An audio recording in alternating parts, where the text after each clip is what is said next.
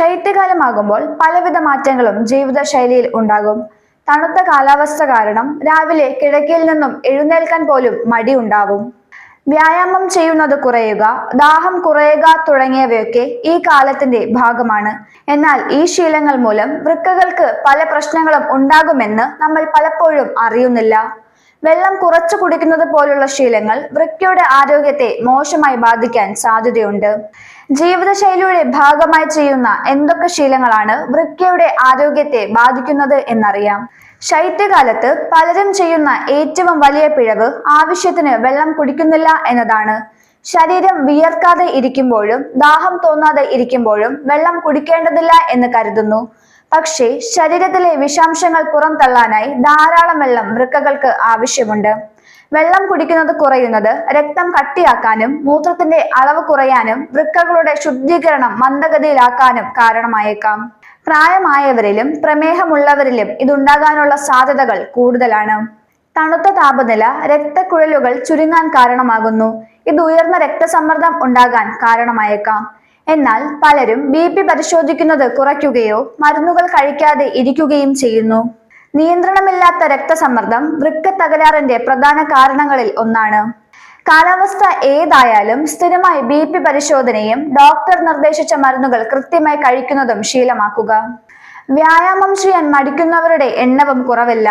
എന്നാൽ വ്യായാമം ചെയ്യുന്നത് കുറയുമ്പോൾ ശരീരഭാരം വർദ്ധിക്കാനും രക്തത്തിലെ പഞ്ചസാരയുടെ അളവ് ഉയരാനും രക്തസമ്മർദ്ദം കൂടുന്നതിനും കാരണമായേക്കാം. ഇവയെല്ലാം വൃക്കകളുടെ ആരോഗ്യത്തെ മോശമായി ബാധിക്കുന്നതാണ്. ജിമ്മിൽ പോകാനോ പുറത്തുപോയി വ്യായാമം ചെയ്യാനോ സാധിക്കാത്തവർക്ക് വീടിനുള്ളിൽ തന്നെ ചെയ്യാവുന്ന വ്യായാമങ്ങളായ യോഗ, സ്ട്രെച്ചിങ് എന്നിവ പരിശീലിക്കുന്നത് വൃക്കാരോഗ്യം നിലനിർത്താൻ സഹായിക്കുന്നതാണ്. ശൈത്യകാലത്തെ പല ഭക്ഷണക്രമങ്ങളും വൃക്കകളുടെ ആരോഗ്യത്തെ മോശമായി ബാധിക്കാൻ സാധ്യതയുള്ളവയാണ്.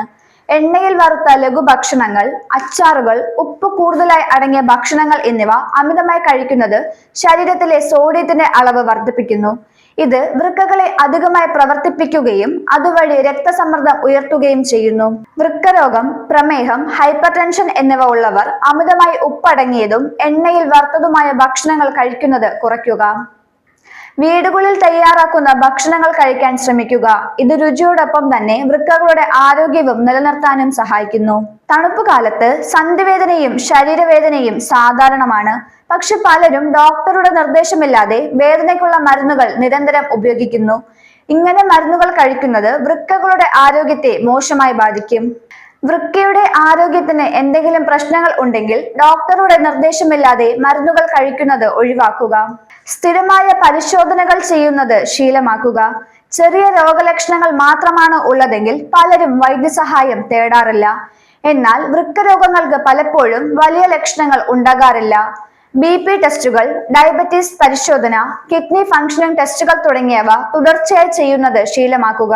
ഇതിലൂടെ രോഗങ്ങൾ ആരംഭഘട്ടത്തിൽ തിരിച്ചറിയാനും വലിയ രീതിയിൽ ബാധിക്കുന്നത് തടയാനും സാധിക്കും. ജീവിതശൈലിയിൽ കൊണ്ടുവരുന്ന ചെറിയ മാറ്റങ്ങൾ ആരോഗ്യകരമായി വലിയ ഗുണങ്ങൾ ഉണ്ടാകാൻ കാരണമാകും.